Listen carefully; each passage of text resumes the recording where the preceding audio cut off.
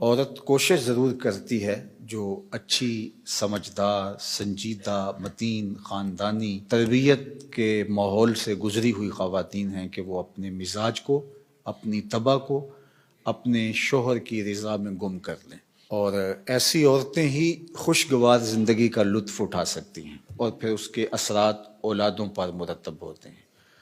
اور مرد کے حقوق کو بیان کرنے کے لیے اللہ کے محبوب علیہ السلام نے جو تمثیل بیان فرمائی ہے اور جو پیرایہ گفتگو حضور نے اختیار فرمایا ہے، اس سے بہتر ہو ہی نہیں سکتا۔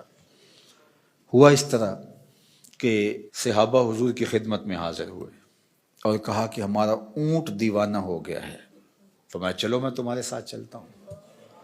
صحابہ کہتے ہیں ہم ڈرے، کیونکہ اونٹ جب دیوانہ ہو جائے تو پھر اس کو سنبھالنا آسان نہیں ہوتا اور وہ سخت حملہ آور ہوتا ہے۔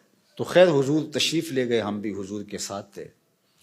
جو ہی دروازہ کھولا تو اونٹ دوسرے کنارے پر تھا، دوڑتا ہوا آیا۔ تو حضور کی زندگی کتنی قیمتی ہے، تو صحابہ کے سینوں میں دل تھر تھر کانپنے لگے، لرزہ بر اندام تھے کہ جانور ہے نقصان نہ پہنچا دے۔ تو کہتے ہیں وہ جب قریب آیا تو حضور کے قدموں میں سر رکھ دیا، اللہ اکبر، اور سجدہ ریز ہو گیا۔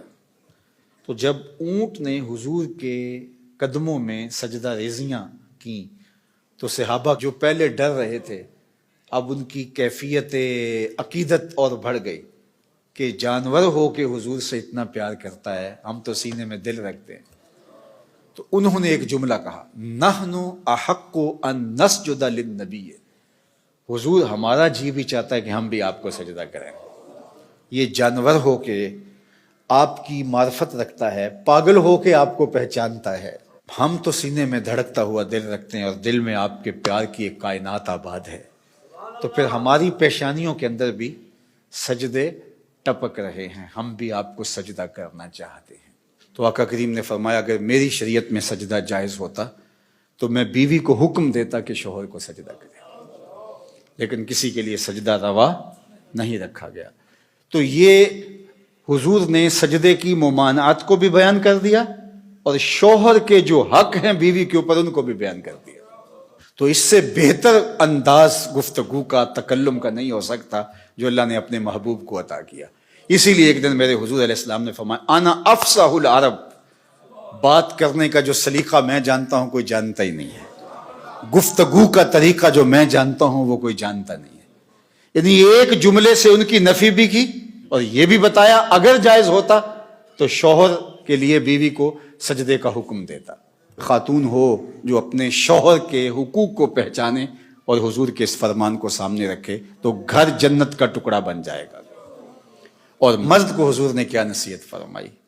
مرد کو کہا کہ عورت کی اگر کچھ باتیں تجھے ناپسند ہوں تو اس بات کو دیکھو جو تمہیں پسند ہو، اللہ اکبر۔ اور میں کہا کرتا ہوں نکاح کے بعد یا تو شوہر اپنا گھر چھوڑ کے خاتون کے ساتھ چلا جائے یا خاتون گھر چھوڑ کے شوہر کے ساتھ آئے، دونوں میں سے ایک تو ہوگا، لیکن یہ قربانی مرد نہیں دیتا، یہ عورت دیتی ہے۔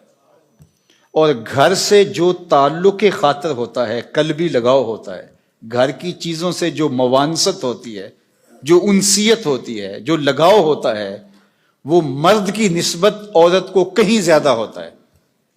گھر اس کے لیے ایک عقیدت گاہ ہوتا ہے، لیکن اس بسے ہوئے گھر کو، آسودہ گھر کو کون چھوڑتی ہے؟ خاتون۔ کس کے لیے چھوڑتی ہے؟ شوہر کے لیے۔ مرد صرف یہ ذہن میں بٹھا لے کہ میرے لیے اس نے جہان چھوڑ دیا۔